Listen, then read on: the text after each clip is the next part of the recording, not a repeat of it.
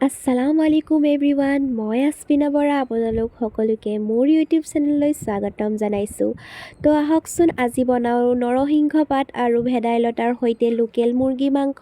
তো বেছি দেৰি নকৰি বলক ভিডিঅ'টো আৰম্ভ কৰোঁ প্ৰথমে আমি নৰসিংহ আৰু ভেদাইলতা পাতখিনি ভালদৰে ধুই ল'ম তাৰ পৰা আমি নৰসিংহ আৰু ভেদাইলতা পাতখিনি মিক্সাৰ মেচিনত দি ভালদৰে পিহি ল'ম তাৰপিছত আমি পিঁয়াজ নহৰু হালধি নিমখ মছলা আৰু চিকেনখিনি লৈ ল'ম মছলা কমকৈ দিছোঁ কাৰণ আমাৰ আবা মায়ে মছলা খাব নোৱাৰে তাৰপিছত এখন কেৰাহীত আমি তেল দিম তেল গৰম হোৱাৰ পিছত আমি পিঁয়াজ নিমখ হালধি সকলোখিনি আমি ইয়াত দি দিম তাৰপিছত আমি পিঁয়াজখিনি ধুনীয়াকৈ লৰাম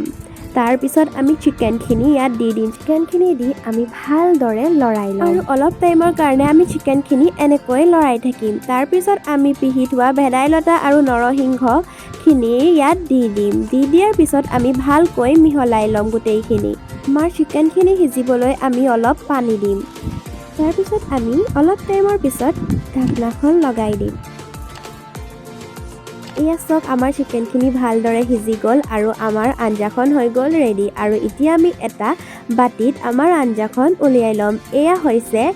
নৰসিংহ পাত আৰু ভেদাইলতাৰ সৈতে লোকেল মুৰ্গী মাংস আৰু এয়া হৈ গ'ল আমাৰ আঞ্জাখন ৰেডি আৰু আঞ্জাখন দেখি মোৰ ভোক লাগিলেই তো মই ভাতো লগতে লৈয়ে লওঁ